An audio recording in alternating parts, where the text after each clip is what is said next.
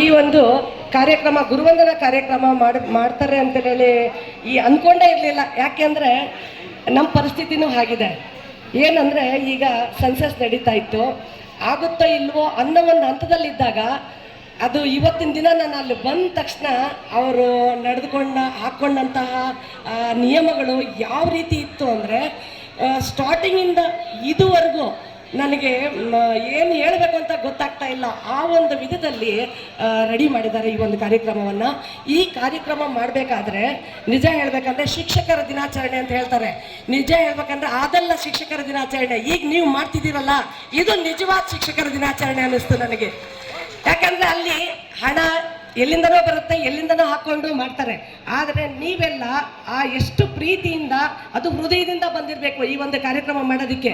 ನೀವೆಲ್ಲ ಅಷ್ಟೊಂದು ಹಣವನ್ನು ಹಾಕ್ಕೊಂಡು ಈ ಒಂದು ಕಾರ್ಯಕ್ರಮವನ್ನು ಮಾಡ್ತಾ ಟೀಚರ್ಸ್ನೆಲ್ಲನೂ ಕರೆದು ಗುರುವಂದನೆಯನ್ನು ಸಲ್ಲಿಸಬೇಕು ಅಂತ ಮಾಡ್ತಾ ಇದ್ದೀರಲ್ಲ, ಈ ಕಾರ್ಯಕ್ರಮಕ್ಕೆ ನಾನು ಏನು ಹೇಳಬೇಕು ಅಂತ ಗೊತ್ತಾಗ್ತಾ ಇಲ್ಲ. ನಿಜವಾಗ್ಲೂ ಹೇಳ್ತಾ ಇದ್ದೀನಿ, ಈ ಒಂದು ನಿಮ್ಮಗಳ ಮುಖ ನೋಡ್ತಾ ಇದ್ದರೆ ನನಗೆ ಕಣ್ಣಲ್ಲಿ ನೀರು ಬಂದಂಗೆ ಆಗುತ್ತೆ. ಕಾರಣ ಏನಂದರೆ ಈ ಒಂದು ಹಂತಕ್ಕೆ ಹೋಗಿದ್ದಾರೆ ನಮ್ಮ ಸ್ಟೂಡೆಂಟ್ಸು. ಮತ್ತು ಯಾರ್ಯಾರನ್ನೂ ನನಗೆ ಗುರ್ತಿಡಿಯೋಕ್ಕಾಗ್ತಲ್ಲ. ಕೆಲವರಂತೂ ನಮ್ಮ ಶಾಲೆಗೆ ಬರ್ತಾನೆ ಇರ್ತಾರೆ. ಯಾತಕ್ಕೆ ಅಂದರೆ ಆ ಶಾಲೆಯಲ್ಲಿ ನಾನೊಬ್ಳು ಹಳಗಳು ಉಳ್ಕೊಂಡಿದ್ದೀನಿ ಅಂತ ಬರ್ತಾ ಇದ್ದಾರೆ. ನಾನೊಬ್ಳು ಹೊರಟೋದೆ ಅಂದರೆ ಇನ್ನು ಯಾರು ಹೊಸಬರು ಬಂದ್ರೂ ಯಾರು ಗುರ್ತಿಸೋದೇ ಇಲ್ಲ. ಅದರಲ್ಲೂ ಇತಿಹಾಸದ ಶಾಲೆ ಹೇಳಬೇಕಂದ್ರೆ ಹೊಸಕೋಟೆ ತಾಲೂಕಿನಲ್ಲಿ ಮೊಟ್ಟ ಮೊದಲು ಓಪನ್ ಆದಂತಹ ಶಾಲೆ ಅಂದರೆ ನಮ್ಮ GGMS ಶಾಲೆ.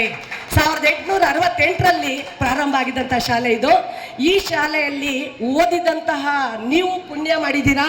ಆ ಶಾಲೆಯಲ್ಲಿ ಕೆಲಸ ಮಾಡಿದಂತಹ ನಾವುಗಳು ಪುಣ್ಯವಂತರು ಅಂತ ಹೇಳ್ಕೋಬೇಕು. ಈಗಲೂ ಸಹ ಈ ಶಾಲೆಗೆ ಇತಿಹಾಸದ ಶಾಲೆ ಅಂತೇಳಿ ಹೊಸಕೋಟೆ ತಾಲೂಕಲ್ಲಿ ಪೂರ್ತಿ ಹೆಸರುವಾಸಿ ಆಗೋಗಿದೆ. ಈ ಶಾಲೆ ತುಂಬ ಹಳೆಯದಾಗಿತ್ತು. ನಾನು ಬಂದಾಗ 1995ರಲ್ಲಿ ಬಂದೆ. ನಾಗೇಂದ್ರ ಅವ್ರ ಬ್ಯಾಚ್, ಮಧು, ಮಹೇಂದ್ರ ಇವರೆಲ್ಲ ಬ್ಯಾಚ್ ಇತ್ತು. ಬಂದಾಗ 1200 ಜನ ಮಕ್ಕಳೇನೋ ಇದ್ದರು. ಬಟ್ ನಾನು ಇಲ್ಲಿ ಬರೋ ಕಾರಣನೂ ಕೋಲಾರ ಡಿಸ್ಟಿಕ್ನಲ್ಲಿ 3 ವರ್ಷ ಕೆಲಸ ಮಾಡಿದೆ. ಮಾಡಿದ ನಂತರ ಒಂದು ಸರಿ ಕೆಲಸ ಮಾಡೋದಕ್ಕೆ ಮೊದಲು ಏನು ಹೇಳಿದರು ಅಂದರೆ, ನೀವು ತುಂಬ ಚೆನ್ನಾಗಿ ಡ್ಯಾನ್ಸ್ ಅದೆಲ್ಲ ಕಲ್ತಿದ್ದೀರಾ, ಹೆಣ್ಣುಮಕ್ಕಳ ಶಾಲೆ ಹೊಸಕೋಟೆಯಲ್ಲಿ ಒಂದಿದೆ, ಆ ಶಾಲೆಗೆ ನೀವು ಟ್ರಾನ್ಸ್ಫರ್ ತಗೊಳ್ಳಿ ಅಂತ ಹೇಳಿದರು. ಬಟ್ ನನಗೂ ಒಂದು ಆಸೆ ಇತ್ತು. ಆಮೇಲೆ ಹೇಗೋ ಮಾಡಿ ಆಯುಕ್ತರ ಕಚೇರಿಗೆ ಹೋಗಿ ನಾನೇ ಓಡಾಡಿ ಟ್ರಾನ್ಸ್ಫರ್ ತೊಗೊಂಡು ಬಂದೆ.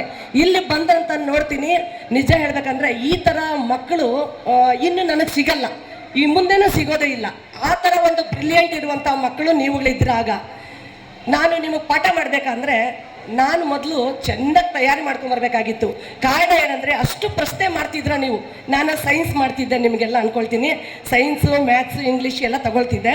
ಬಟ್ ಜಾಸ್ತಿ ಹೊಡೆದಿರೋದು ಅಂದರೆ ನಾನೇ ಅಂದ್ಕೊಳ್ತಾ ಇದ್ದೀನಿ. ಯಾಕಂದರೆ ಪನಿಷ್ಮೆಂಟ್ ಕೂಡ ಹೆಚ್ಚು ಕೊಟ್ಟಿದ್ದೀನಿ. ಅದು ಏನು, ಕಾಲು ಬರೀ ನಿಕ್ಕರ್ ಶೇಡ್ ಇರ್ತಾಯಿತ್ತು, ಅಂಥದ್ರಲ್ಲಿ ನರ್ಜು ಕಲ್ಲರ ಮೇಲೂ ಕೂಡ ಕುಳಿಸಿದ್ದೀನಿ. ಬೈಕೋಬೇಡಿ. ಯಾಕೆಂದರೆ ಆ ಪನಿಷ್ಮೆಂಟ್ ಕೊಡದೇ ಇದ್ದರೆ ನೀವು ಹೋಮ್ವರ್ಕ್ಗಳನ್ನಾಗಲಿ ಅಥವಾ ಏನು ಮುಂದೆ ಮಾಡ್ಕೊಂಬರಲ್ಲ ಅನ್ನೋ ದೃಷ್ಟಿಲಿ ಕೊಟ್ಟಿರ್ತೀವಿ. ಈಗ ನೀವು ಅದನ್ನು ನೆನೆಸ್ಕೊಳ್ತಾ ಇದ್ದೀರಾ ಅನ್ಸುತ್ತೆ. ಬಟ್ ಅನ್ಯತಾ ಭಾವಿಸ್ಬೇಡಿ, ಬೈಕೋಬೇಡಿ ಮುಂದೆ. ಆ ನಂತರ ಈ ಎಲ್ಲರಿಗಿಂತ ಹೆಚ್ಚಾಗಿ ಈ ಶಾಲೆಗೆ ಸಹಾಯ ಪಡ್ಕೊಂಡಿರೋದು ಅಂದರೆ ನಾನೇನೆ. ಶಾಲೆ ಪರವಾಗಿ ಈ ಒಂದು ಸ್ಟೂಡೆಂಟ್ಸ್ ಕಡೆಯಿಂದ ಈ ಸರ್ಕಾರದಿಂದ ಸ್ವಲ್ಪ ಅನುದಾನ ಬರ್ಬೋದು. ಆ ಅನುದಾನ ಬಂದಾಗ ಅದು ಏನೇನೂ ಸಾಕಾಗಲ್ಲ. ಅಂಥ ಸಂದರ್ಭದಲ್ಲಿ ನಾನೇನು ಮಾಡ್ತಾ ಇದ್ದೆ ಅಂದರೆ, ಈಗ ಏನು ಅಲ್ಲಿ ರಂಗಮಂದಿರ ಒಂದು ಆಯಿತು, ಆ ರಂಗಮಂದಿರಕ್ಕೆ ಕೆಳಗಡೆ ಟೈಲ್ಸ್ ಇಲ್ಲ ಅಂದಾಗ ನನ್ನ ಓಲ್ಡ್ ಸ್ಟೂಡೆಂಟ್ಸ್ ಯಾರಿದ್ದಾರೋ ಅವ್ರಿಗೆ ಫೋನ್ ಮಾಡ್ಕೊಳ್ಳೋದು. ವಾಸು ಬಂದಿಲ್ಲ ಅನಿಸುತ್ತೆ. ಈಗ ಫಸ್ಟ್ ಕಾಲ್ ಇಟ್ಟು ನನಗೆ ಹೆಲ್ಪ್ ಮಾಡಿದಂಥ ವಿದ್ಯಾರ್ಥಿ ಇದು ನಾಗೇಂದ್ರ.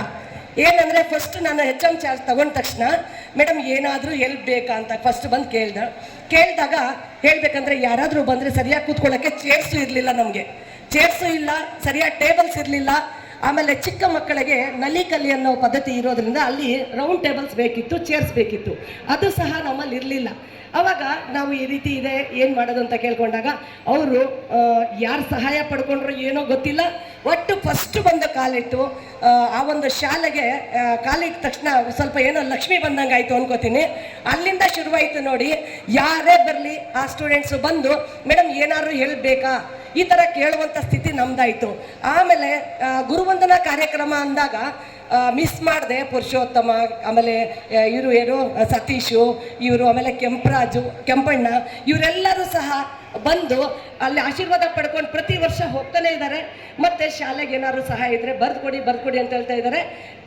ಆದಷ್ಟು ಈಗ ಏನು ಅಭಿಮಾನ ಇಟ್ಕೊಂಡಿದ್ದೀರೋ ಇದೇ ಅಭಿಮಾನ ಆ ಶಾಲೆ ಮೇಲೆ ಇರಲಿ.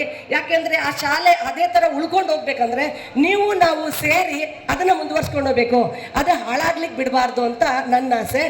ಜೊತೆಗೆ ಈಗ ಈ ಬ್ಯಾಗ್ಸ್ ಎಲ್ಲ ಕೊಡ್ತಾ ಇದ್ದೀರಲ್ಲ ಮಕ್ಕಳು, ನೀವೆಲ್ಲ ಆ ಮಕ್ಕಳಿಗೆ ಹೇಳ್ಬೇಕಂದ್ರೆ ಇನ್ನೊಂದು ಬ್ಯಾಚ್ ಕೊಡ್ಲಿಕ್ಕೆ ಬಂದಿತ್ತು. ಅವಾಗ ನಾನೇನು ಹೇಳಿದೆ ಅಂದರೆ, ಇಲ್ಲ ನಿಮ್ಮ ಬ್ಯಾಚ್ ಅವ್ರು ಕೊಡ್ತಿದ್ದಾರೆ, ನೀವು ನೆಕ್ಸ್ಟ್ ಟೈಮ್ ಬೇರೆ ಏನಾದರೂ ಕೊಡಿ ಅಂತ ಹೇಳಿದೆ. ನಾನು ಹೇಳಿದಾಗ ಅವ್ರು ಒಪ್ಕೊಂಡ್ರು. ಈಗ ನೀವು ಬ್ಯಾಗ್ ಕೊಡ್ತಾ ಇದ್ದೀರ ಅನ್ನೋ ದೃಷ್ಟಿಲಿ ಎಷ್ಟು ಪೇರೆಂಟ್ಸು ಅವ್ರು ಬಂದಾಗ ನಮ್ಮನ್ನು ಕರೀರಿ, ನಾವು ಅವರನ್ನು ನೋಡಬೇಕು, ಅವರನ್ನು ಮಾತಾಡಿಸ್ಬೇಕು ಅಂತ ಹೇಳ್ತಾ ಇದ್ದಾರೆ. ಈಗ ಶಾಲೆ ಇರುವಂಥ ಸಂದರ್ಭದಲ್ಲೇ ನೀವು ಪ್ರೋಗ್ರಾಮ್ ಮಾಡಿದ್ದಿದ್ರೆ ತುಂಬ ಚೆನ್ನಾಗಿತ್ತು. ನಮ್ಮ ಶಾಲೆಯಲ್ಲೇ ಆಗಿದ್ರೆ ಚೆನ್ನಾಗಿತ್ತು ಅಂತ ನಮ್ಮ ಅನಿಸಿಕೆ ಇತ್ತು. ಅದೇನೇ ಇದೇ ಸಮಯದಲ್ಲೇ ಅದೇನೋ ಒಂದು ಕೆಲಸ ಸ್ಟಾರ್ಟ್ ಆಗೋಯ್ತು. ಹಾಗಾಗಿ ಸ್ಥಳ ಬದಲಾವಣೆ ಆಯಿತು. ನೀವು ಅಲ್ಲೇ ಬಂದಿದ್ರೆ ನಿಮ್ಮ ಮನಸ್ಸುಗಳು ಇನ್ನೂ ಅರಳುತ್ತಿದ್ವು ಅಂತ ಅನಿಸುತ್ತೆ ನನಗೂ. ಯಾಕೆಂದರೆ ಹಿಂದಿನ ನೆನಪುಗಳೆಲ್ಲ ಬರ್ತಾ ಇತ್ತು.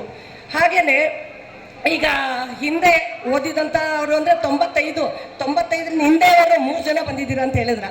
3 ಜನ ಮಾತ್ರ, ಉಳಿದವರೆಲ್ಲ ಇಲ್ಲೇ ಇದ್ದೀರಾ.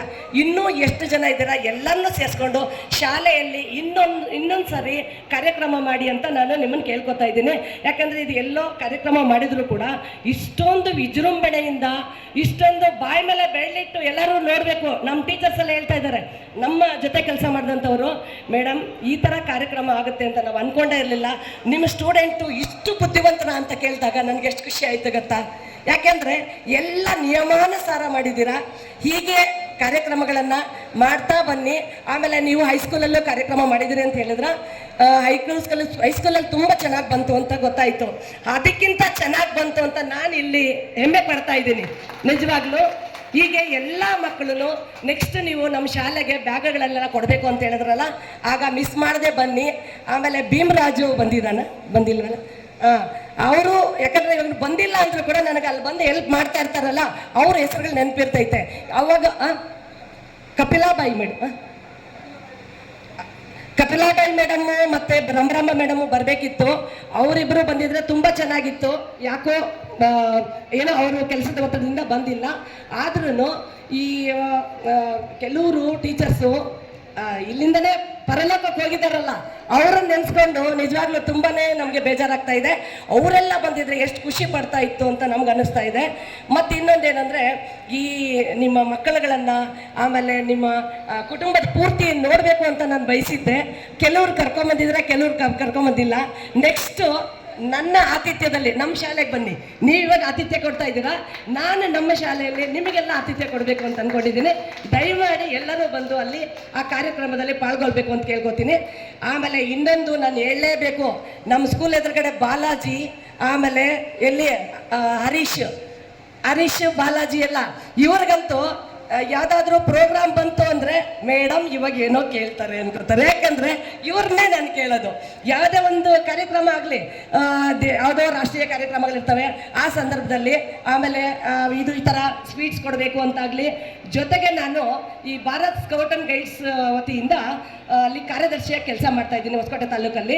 ಅದರಲ್ಲಿ ಪದೇ ಪ್ರೋಗ್ರಾಮ್ಸ್ ಆಗ್ತಾನೆ ಇರ್ತವೆ. ಅದರಲ್ಲಿ ಒಂದ್ಸರಿ ಊಟ ಅಂದರೂ ಕೂಡ 25,000 ರಿಂದ 30,000 ಮೇಲೆ ಖರ್ಚಾಗುತ್ತೆ.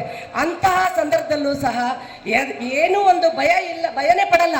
ಅಪ್ಪ ಈ ಥರ ಒಂದು ಟೈಮ್ ಊಟ ಬೇಕಪ್ಪ ಅಂದ ತಕ್ಷಣ, ಮೇಡಮ್ ನೀವೇನು ಯೋಚನೆ ಮಾಡಬೇಡಿ, ನಡೀರಿ ಬರ್ತೀವಿ ಅಂತ ಎಷ್ಟು ಚೆನ್ನಾಗಿ ಒಳ್ಳೆಯ ಹಬ್ಬದ ಊಟವನ್ನು ಅವ್ರಿಗೆಲ್ಲ ಮಕ್ಕಳಿಗೆಲ್ಲ ಕೊಟ್ಟು ತುಂಬ ಖುಷಿಯಿಂದ ಎಲ್ಲರ ಜೊತೆ ಬೆರೆತು, ತಾವು ನಮ್ಮ ಜೊತೆ ಬೆರೆತು ಹೋಗ್ತಾ ಇರ್ತಾರೆ. ಆಮೇಲೆ ಬಾಲಾಜಿ ಸ್ಕೂಲ್ ಪೇಂಟಿಂಗು ಹೇಳ್ಬೇಕಂದ್ರೆ, ಪೇಂಟಿಂಗ್ಸು ಏನೋ ಒಂಚೂರು ಆಗಲಿಲ್ಲ ಅಂದಾಗ, ಪುಟ ಈ ರೀತಿ ಇದೆ ಅಂದರೆ, ಮೇಡಮ್ ನೀವು ಫೋನ್ ಪೇ ಮಾಡ್ತೀನಿ, ಕೆಲಸ ಮಾಡಿಸಿ ಅವ್ರಿಗೆ ಅಂತ ಕೇಳ್ತಾರೆ.